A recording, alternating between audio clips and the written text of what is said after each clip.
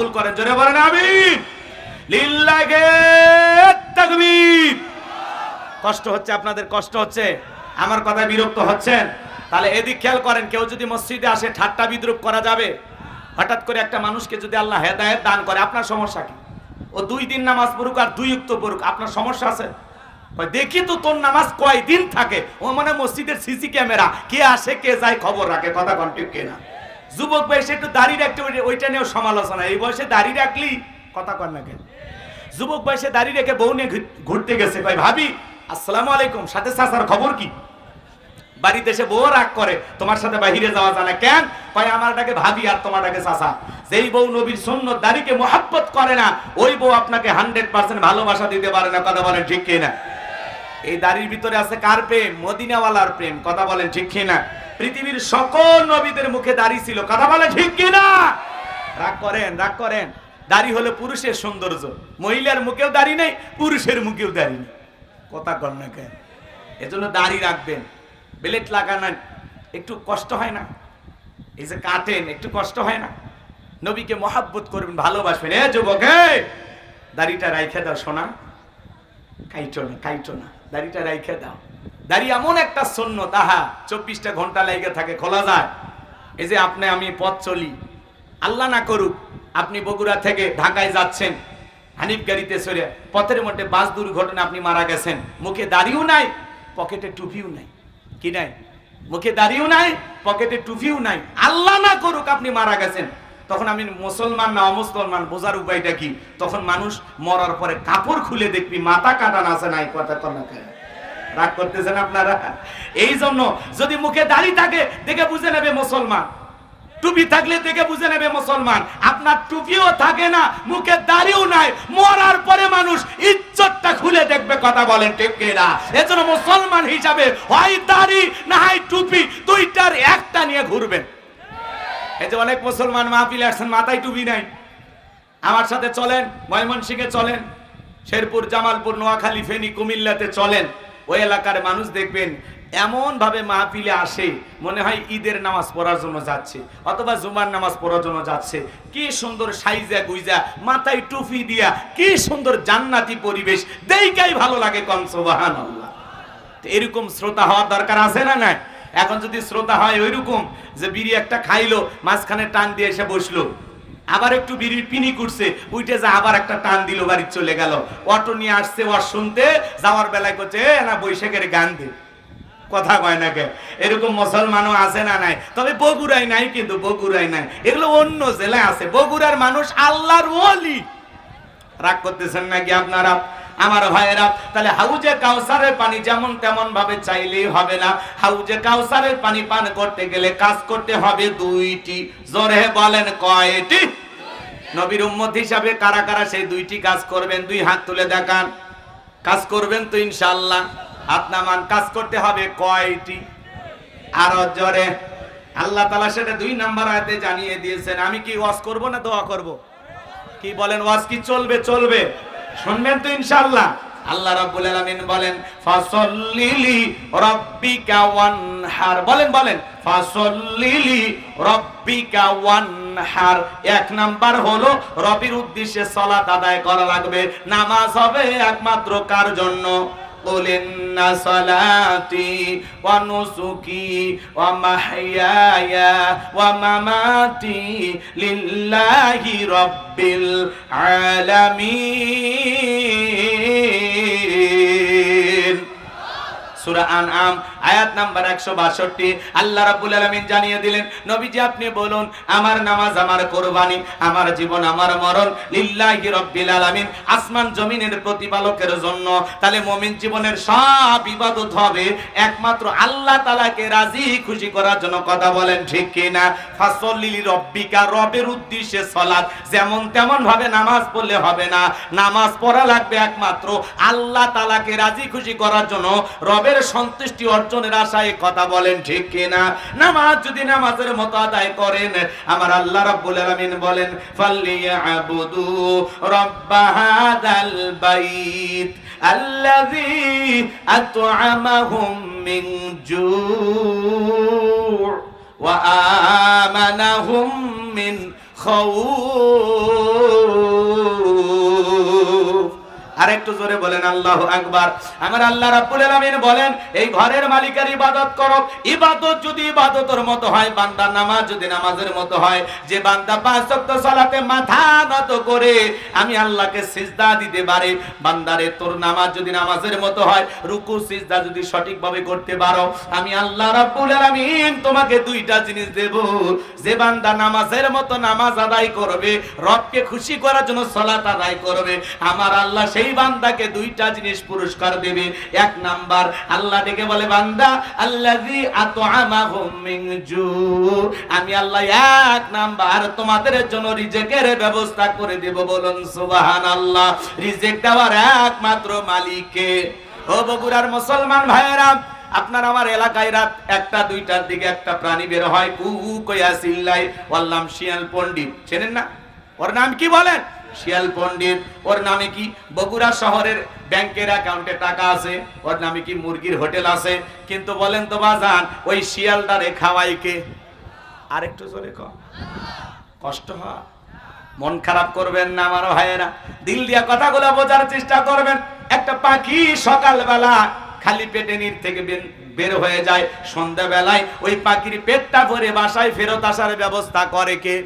আল্লাহ যদি একটা পাখিকে খাওয়াইতে পারে, শিয়ালকে খাওয়াইতে পারে, আমরা হলাম আশরাফুল মাখলুকাত, কুনতুম খায়রা উম্মাতিন উখরিজাত লিন-নাস। আল্লাহ বলেন, তোমাদেরকে উত্তম জাতি বানাইলাম, ভিআইপি বানাইলাম, মর্যাদার আসনে বসাইলাম। আল্লাহকে আমাদেরকে না খাওয়ায় রাখবে? রিজিক দেওয়ার একমাত্র মালিককে। সমুদ্রের নীল তিমিকে আল্লাহ যদি টনকে টন খাবার দিতে পারেন, সে আল্লাহকে আমাদেরকে না খাওয়ায় রাখবে? আমরা আশরাফুল মাখলুকাত, রিজিক দেওয়ার একমাত্র মালিককে। وما من دابة في الأرض إلا على الله رزقها। সূরা হুদের ভিতরে আল্লাহ পাক জানিয়ে দিলেন, এই পৃথিবীতে এমন কোন বিচরণশীল প্রাণী নাই যার রিজিকের ব্যবস্থা আমি আল্লাহ আসমান থেকে করি না।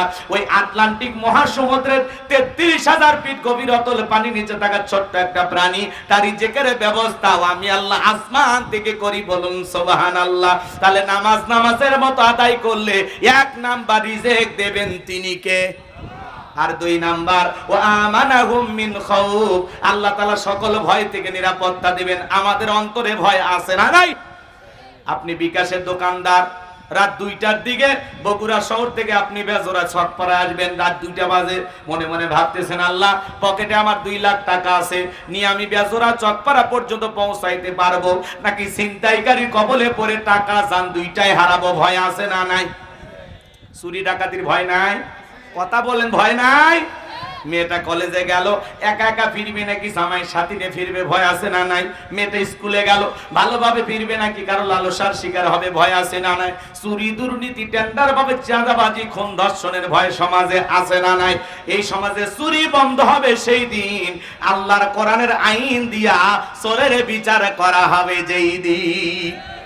আজ থেকে 1,500 বছর আগে আল্লাহ আইন দিয়েছেন, ওয়াসারিকু ওয়াসারিকাতু ফাকতাউ আইদিয়াহুমা জাযাআম বিমা কাসাবা নাকালাম মিনাল্লাহ। আল্লাহু আকবার। আজ থেকে 1,500 বছর আগে আল্লাহ আইন দিয়েছেন সূরা মাইদার 38 নম্বর আয়াতে, চোর পুরুষ হোক আর নারী হোক, আল্লাহর বিধান, আল্লাহর ফয়সালা।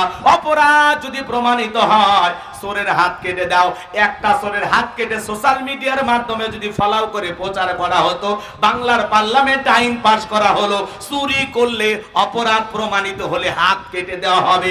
একটা চোরের হাত কেটে খালি মিডিয়াতে ফলাও করে প্রচার করে দেখেন, সমস্ত চোরেরা তওবা করে আল্লাহর ওলি হয়ে যাবে। কথা বলেন ঠিক কি না? কে শোনে কার কথা? আজও গেল না মনের ব্যথা। এখন উচিত কথা যদি কই, পিঠের ওপর দিয়া যাবে মই। এই আনন্দে কিছু লোক কিনা খাবে স্পেশাল দই। যত দোষ নন্দ ঘোষ, সত্যটা বললে দোষ, করলে অন্যায়ের প্রতিবাদ, নামটা হবে তোমার মৌলবাদ, নামটা হবে তোমার জঙ্গিবাদ।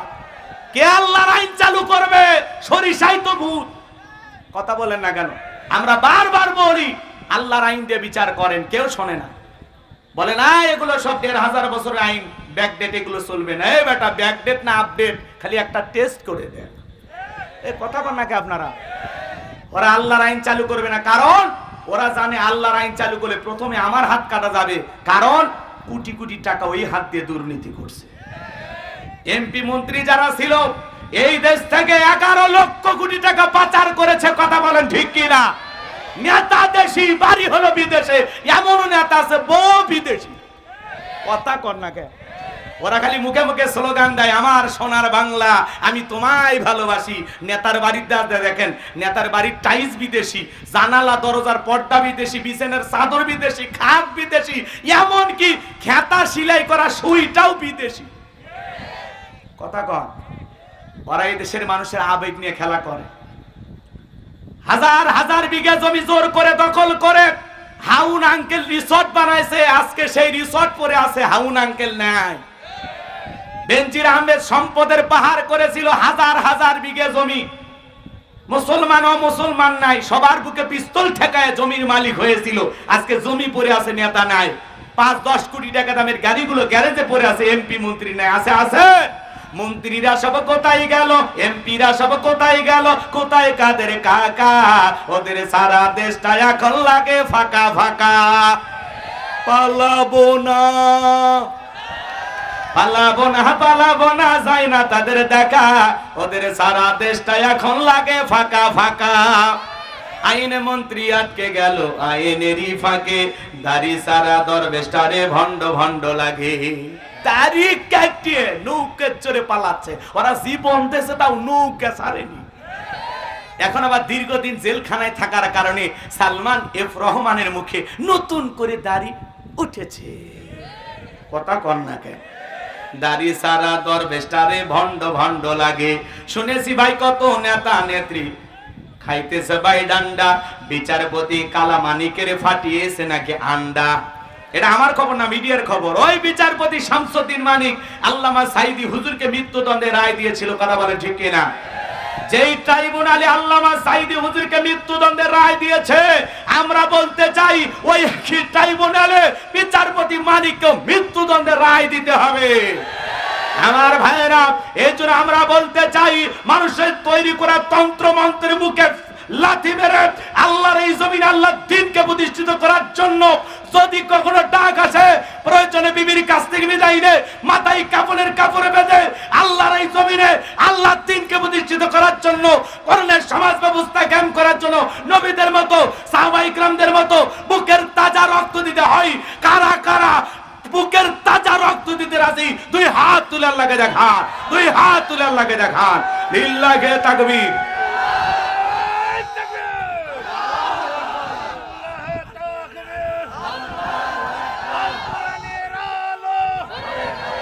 লিল্লাহি তাকবীর। এ বগুড়ার মুসলমান, তাকবীর দিতে ভয় পান? এই জমিনে আল্লাহর আইন চালু হোক, আপনারা সবাই চান না? তাহলে দুই হাত সোজা করে তোলেন। আমি কি হাত নামাইতে বলেছি? হাত নামাইতে বলেছি?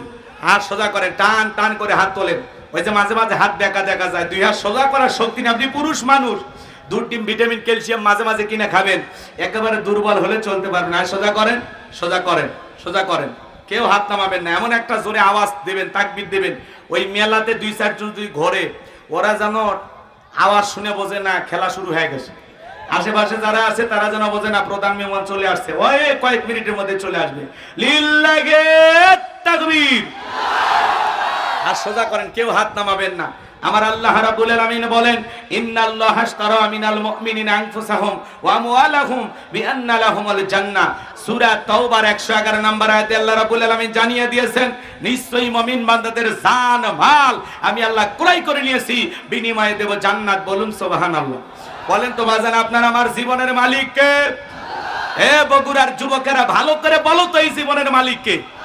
প্রেম করবার প্রেমিকাকে পার্কে নিয়ে যা ডায়লগ দিবা, এ জীবন তোমার, তুমি শুধু আমার। ওরে হাইব্রিড যুবক, এই জীবনের মালিক কে? আপনার আমার সম্পদের মালিক কে? আল্লাহর দেয়া জীবন, আল্লাহর দেয়া সম্পদ আল্লাহর পথে খরচ করবেন তো ইনশাআল্লাহ? খরচ করবেন তো ইনশাআল্লাহ? বাম হাত নামান, শুধু ডান হাত তুলে রাখেন, শুধু ডান হাত। আল্লাহ রাব্বুল আলামিন বলেন ইল্লা আসহাবাল ইয়ামিন ফি জান্নাতি ইয়াতাসাআলুন, ডানপন্থী যারা জান্নাতের বাগানে থাকবে তারা, ডানপন্থী যারা আল্লাহর প্রিয় তারা বলুন আল্লাহু আকবার। কোনো কথা হবে না। কিছুক্ষণ আগে বলেন হুজুর জীবন দিতে রাজি, রক্ত দিতে রাজি, আপাতত জীবন রক্ত দুইটার কোনোটাই দিতে হবে না। ডান হাতটা পকেটের ভিতর ঢুকে দিয়া যে যা পারেন যতটুকু পারেন প্রাণ ভরে আল্লাহর ঘর মসজিদের উন্নতি করবে, মাহফিল আল্লাহর ঘরের জন্য আপনারা দান করবেন। সোজা ডান হাত নিজের পকেটে দেন, অন্য কারো পকেটে হাত দিয়ে পকেট মারে বলে মার খাবেন না। সবাই পকেটে হাত দেন, আমিও দিচ্ছি, দেন সবাই পকেটে হাত দেন, সবাই পকেটে হাত দেন। ছেলে পেলে যারা আছো ব্যাগ নিয়ে, রুমাল নিয়ে, চাদর নিয়ে, যার কাছে যা আছে তাই নিয়ে মাঠে নামো, খেলা হবে, খেলা হবে। ছেলে পেলে যাচ্ছে, সবাই প্রাণ ভরে দান করেন, যে যা পারেন যতটুকু পারেন দেন, আমিও দিলাম আপনারাও দেন। আল্লাহ সবাইকে দেওয়ার তৌফিক দান করুন, জোরে বলুন আমিন। শাহিন ভাইয়ের খালা নগদ 1000 টাকা, জোরে বলেন মারহাবা। আল্লাহ দানটা কবুল করো, বড় দানে শামিল করো। এদিনে ছিল লক্ষ লক্ষ টাকার মালিক বানায় দাও, জোরে বলেন আমিন। লিল্লাহে তাকবীর। আজকের মাহফিলের সম্মানিত বিশেষ অতিথি আমার শ্রদ্ধাভাজন বড় ভাই, আমার অত্যন্ত কাছের মহব্বতের একজন প্রিয় ভাই, বিশিষ্ট ব্যবসায়ী জনাব মোহাম্মদ জাহিদুল ইসলাম জাহিদ, চেয়ারম্যান মোকাররম ফাউন্ডেশন বগুড়া। আজকের এই প্রোগ্রামের সম্মানিত বিশেষ অতিথি, উনি নগদ 5000 টাকা, জোরে বলেন মারহাবা। লিল্লাহে তাকবীর। আল্লাহ তাআলা তোমার এই গোলামের দান কবুল করো, বড় দানে শামিল করো। এতে রাসূলকে লক্ষ লক্ষ টাকার মালিক বানায় দাও, দুনিয়া আখিরাতে ইজ্জত সম্মান বাড়ায় দাও, জোরে বলেন আমিন। আর একটু জোরে বলেন আমিন। আমার হাতে 2, 4, 5, 10,000 যারা দেবেন, 1 লাখ 2 লাখ, যে যা পারেন খুব দ্রুত গতিতে দেন। ছেলে পেলে ব্যাগ নিয়ে, রুমাল নিয়ে, চাদর নিয়ে চলে গেছে, যার কাছে যা আছে 10, 20, 50, 200, 100, 500, 2000, 5000, 10,000, 1 লাখ, যা পারেন আল্লাহর রাস্তায় পকেটে হাত দিয়ে প্রাণ ভরে টাকা দান করেন। খবরদার কেউ যেন আবার বিড়ি ম্যাচ দিন না। 2014 সালে ওয়াজ করতে গেছিলাম রংপুর তারাগঞ্জ, ওই জায়গায় কালেকশন চলতেছিল।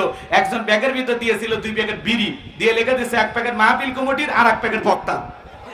কত বড় দুষ্ট চিন্তা করেন, এরকম দুষ্টামি করা যাবে না। সবাই পকেটে হাত দিয়ে আল্লাহর রাস্তায় টাকা দেন। মহিলা প্যান্ডেল আছে না, আমার মা বোন যারা বসে আছেন, আমি জানি বগুড়ার মা বোনদের হাতে রান্না যেমন ভালো, মনটা তার সাথে বেশি ভালো। আল্লাহ আমার মা বোনদেরকে বেশি করে দান করা তৌফিক দান করুন, জোরে বলেন আমিন। আরেকটু জোরে বলেন আমিন। যাদের মন আয়েশা ফাতেমা খাদিজার মতো নরম, তারা অবশ্যই দান করবে। আল্লাহ আমার মা বোনদের দান করা তৌফিক দান করুন, জোরে বলুন আমিন।